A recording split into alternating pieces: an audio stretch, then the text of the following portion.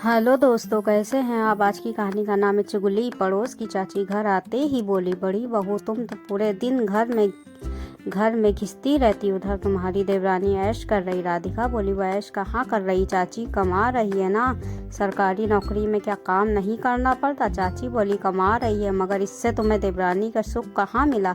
तुमने तो उसे पूरी आज़ादी दे रखी है। मोहल्ले में और भी सरकारी नौकरी वाली बउवें हैं, मगर उन सबको तो अपनी देवरानी और जेठानियों के बराबर काम करना पड़ता है। राधिका बोली, अंजलि मेरी देवरानी नहीं है चाची, वो मुझे अपनी छोटी बहन जैसी लगती है। अभी बच्ची है, उसके खेलने खाने के दिन है, काम करने के लिए मैं हूँ ना। काम नहीं करूँगी तब मोटी नहीं हो जाऊँगी। वो भी जब घर में होती है तब थोड़ा बहुत हाथ बटा देती है। चाची राधिका के नज़दीक आकर धीरे से बोली, तू बोली है बेटा, मैं तो तुम्हारे भले के लिए समझा रही हूँ। अपनी देवरानी को काबू में रख, वरना इस घर में तुम्हारी हैसियत एक नौकरानी जितनी रह जाएगी। अचानक अंजलि ड्यूटी से लौट आई थी, मगर चाची को चुगली करते देखकर वो दरवाजे पर ठिठक गई। फिर चुपके चुपके चल कर बैठक में आ गई और खिड़की के सामने खड़ी होकर पड़ोसन और अपनी जेठानी की बातें सुनने लगी। राधिका बोली, एक बात बताओ चाची।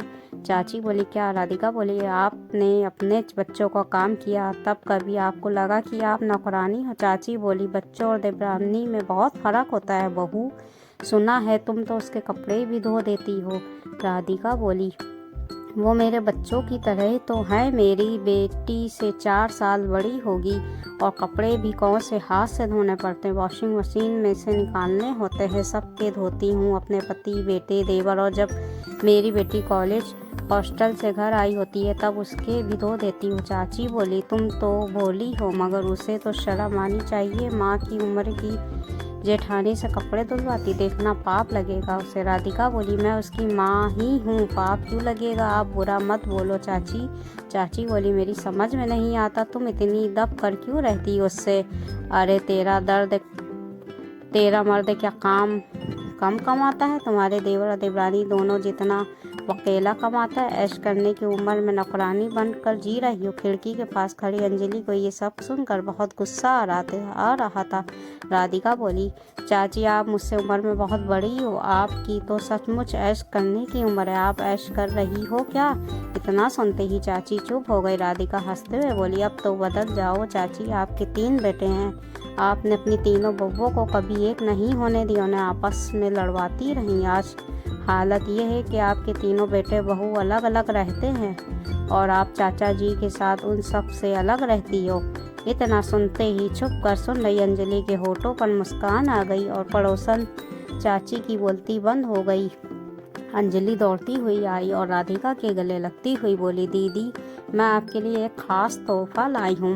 राधिका हंसते हुए बोली, अगर मेरी पसंद की काजू बर्फी लाई हो तो 2 पीस चाची को भी दे दो। कड़वा बोलने के कारण शायद इनका मुंह खाड़ा हो गया होगा। राधिका का व्यंग सीधा चाची की कलेजे पर लगा। वो उठ कर जाना चाहती थी, मगर तोहफा क्या है ये देखने की जिज्ञासा ने उसे जाने नहीं दिया। अंजलि बोली, दीदी आंखें बंद करो। राधिका ने आंखें बंद कर ली। फिर अंजलि ने एक डिब्बा निकाला और राधिका के हाथों पर रख दिया। राधिका ने आंखें खोली और फिर डिब्बे को खोला। डिब्बे में रखा उसकी पसंद का सोने का भारी सा मंगलसूत्र था। उसे देखते ही बोली, पागल, इतने पैसे क्यों खर्चे कर आई।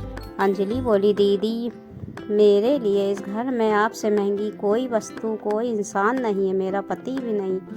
आपने मुझे यहाँ जो बहन और माँ का प्यार दिया है ना, उसके आगे तो आप सैकड़ों जिंदगियाँ कुर्बान। पास बैठी चाची के लिए वहाँ बैठना मुश्किल हो गया था। देवरानी और जेठानी का इतना गहरा प्यार देखकर बुढ़िया की आंखों में पानी तैरने लगा था, इसलिए चुपचाप उठकर चली गई। दोस्तों, पड़ोसी जब घर तोड़ने की सलाह देने लगे तो समझ जाइए वो आपके दुश्मन हैं। उनकी बातों को या इग्नोर करें या फिर उनसे दूरियां बना लें। याद रखिए, आपके घर की शांति किसी को अच्छी नहीं लगती। कहानी अच्छी लगी हो तो कहानी को लाइक करें और ऐसे ही मज़ेदार कहानी सुनने के लिए सहाना हिंदी कहानियों को सब्सक्राइब करें हैं। फिर मिलते हैं अगली नई हिंदी कहानी के साथ। तब तक अपना ख्याल रखिएगा, दुआओं में याद रखिएगा। अल्लाह हाफिज़।